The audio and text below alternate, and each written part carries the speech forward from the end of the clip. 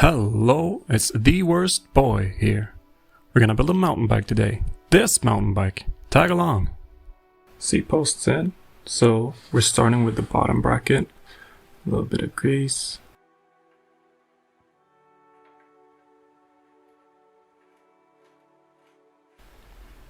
So this bike was given to me by Stig. Thanks, Stig. He had a new bike and this one was just hanging around. He found out I like bikes, so he gave it to me. How I usually ride. Either old mountain bikes, like really old, you know the kind, or my cargo bike.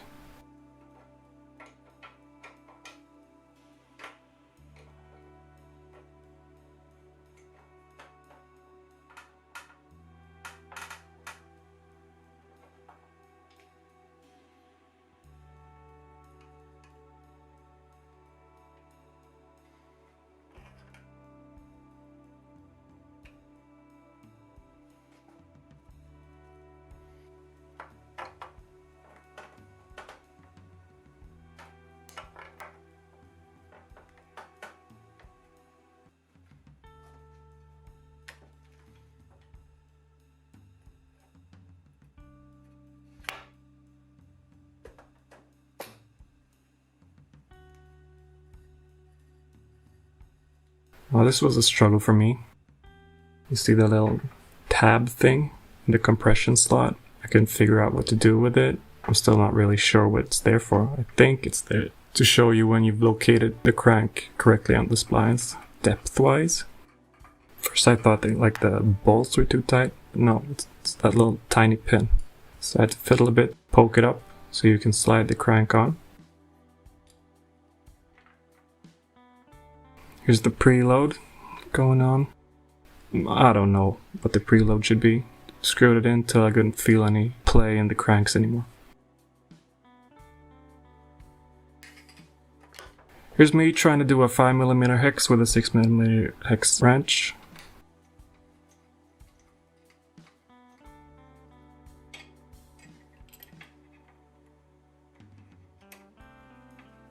The bike was a 2x10 when I got it, so obviously I changed out the crank set, the bottom bracket, chainring. I got a new rear derailleur.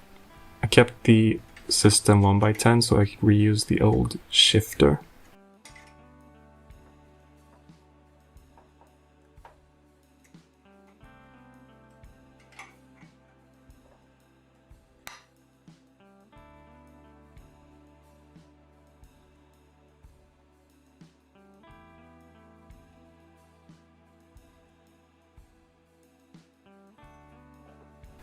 I always forget what direction the parts of the headset go in, so you'll see me struggle here, but pretty sure this bearing is the right side up.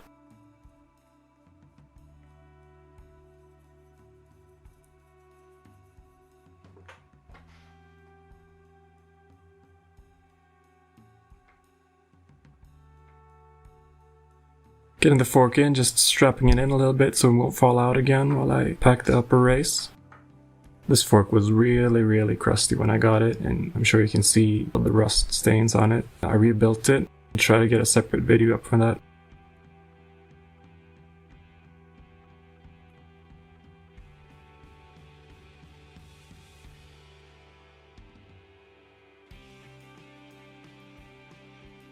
The bike was in pretty bad shape. The back wheel was broken, spokes broken, so I had to replace them. I didn't record any of the breaking down of the bike.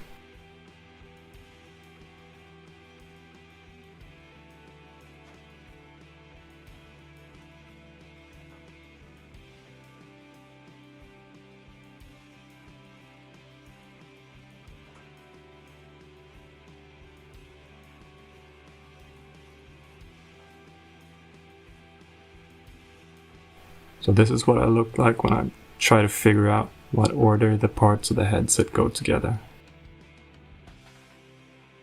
I didn't realize the little dust seal was to go on before the top race and the compression ring.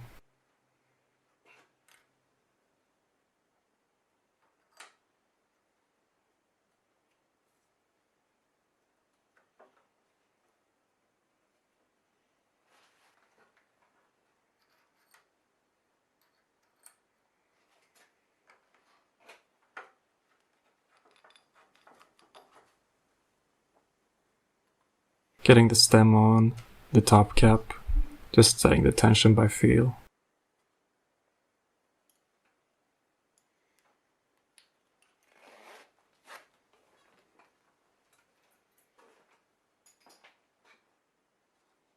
There should be no play, but no resistance. The headset actually felt pretty good on this one. So yeah, since I got the bike, I've also got a second-hand air fork. The previous owner told me it's leaking air, so I got it for really cheap. I'm gonna try to fix it in another video, and we'll see if we can swap this crusty old thing out. Handlebars are going on. These are just some bars I had.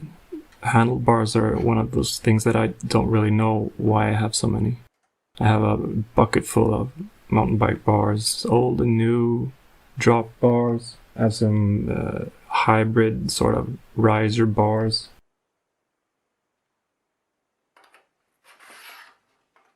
Here's me using all of my brain cells to figure out how to put a shifter and brake lever on together.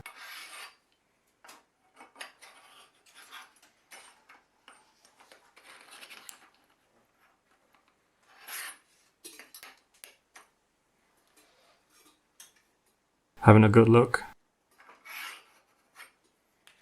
Maybe it goes on this direction. Well done. Yeah, other side is easier. At least I know which side the brake lever goes. These grips are just the old grips I'm reusing. They're not lock on anything. Just making sure the levers are far enough in so that I won't run into trouble when I'm trying to get the grips on. Just move them in a bit. I'm using the classic trick of isopropyl alcohol, but I didn't have any alcohol, so this is hand sanitizer. It works pretty well.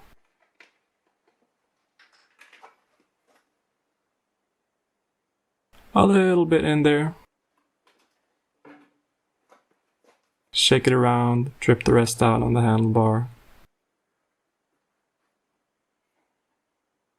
At this point I didn't know which way I wanted the grip to go, so I just let it be.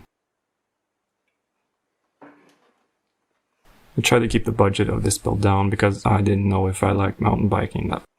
I've ridden this bike since. I think I fell over more that evening than I've done on a bike for the last 20 years. I like mountain biking now. And I broke the bike again. It's in the stand again, so you'll get more videos out of that. Got some new parts coming. Just greasing up the cassette body.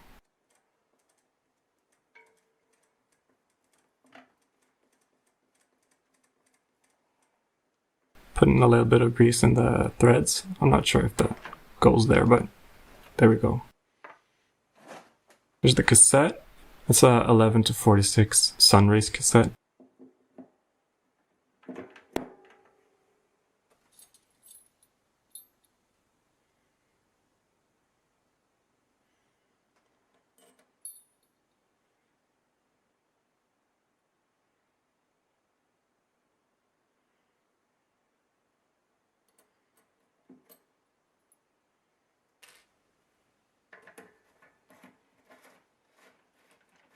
There was a spacer in the package. I thought it was a crush washer.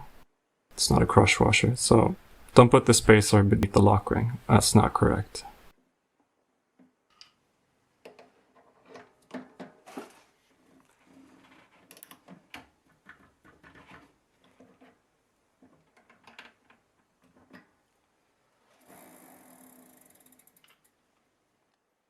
Derailleurs going on. This was a bit of a struggle for me.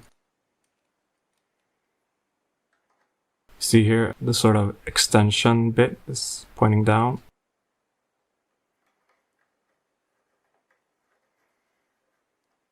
It seemed wrong to me, so I had to undo the bolt again. It's supposed to be pointing back. There's a little notch on that extension that goes on the where the B screw normally goes.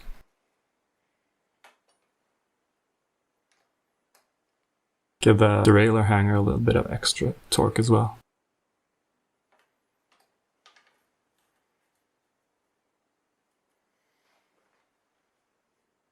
The housings were actually in pretty good shape, and I tried to reuse the wire for the rear derailleur because I cut the housing a little bit, but that ended up not working out, so I put a new cable in.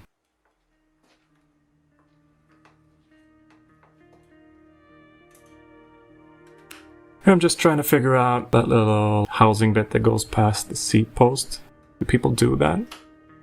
I'm not really sure if you should use a full-length housing these days. I don't know what the pros and cons are. I just set it up the way it came, but with fresh cables and a few bits of fresh housing.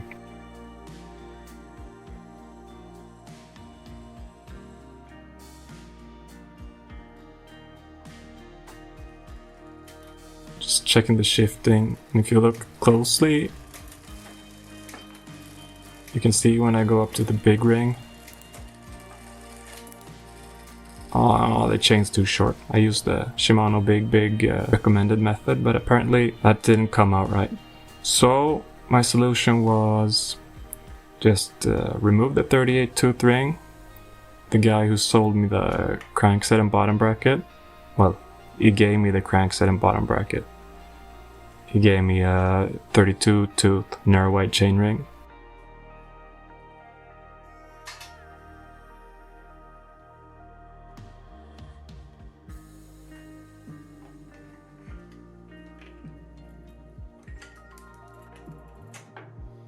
So with a 32 tooth chain ring, shifting worked better.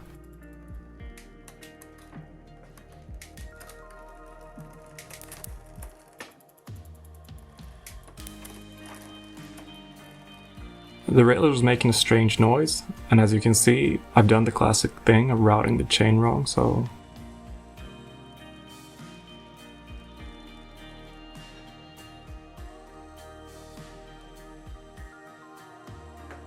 Off comes the chain.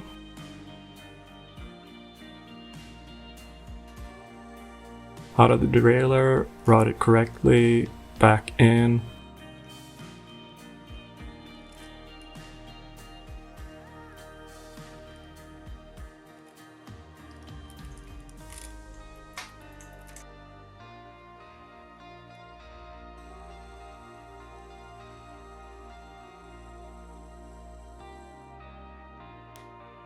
Yeah, much better, much better. And that's where my footage ran out. I was going out riding the next day, so I was in a rush. Well, good news is, I broke the bike, it's back in the stand, and we're gonna have a second look as soon as possible. So stay posted for that, and I'll see you around. Ciao!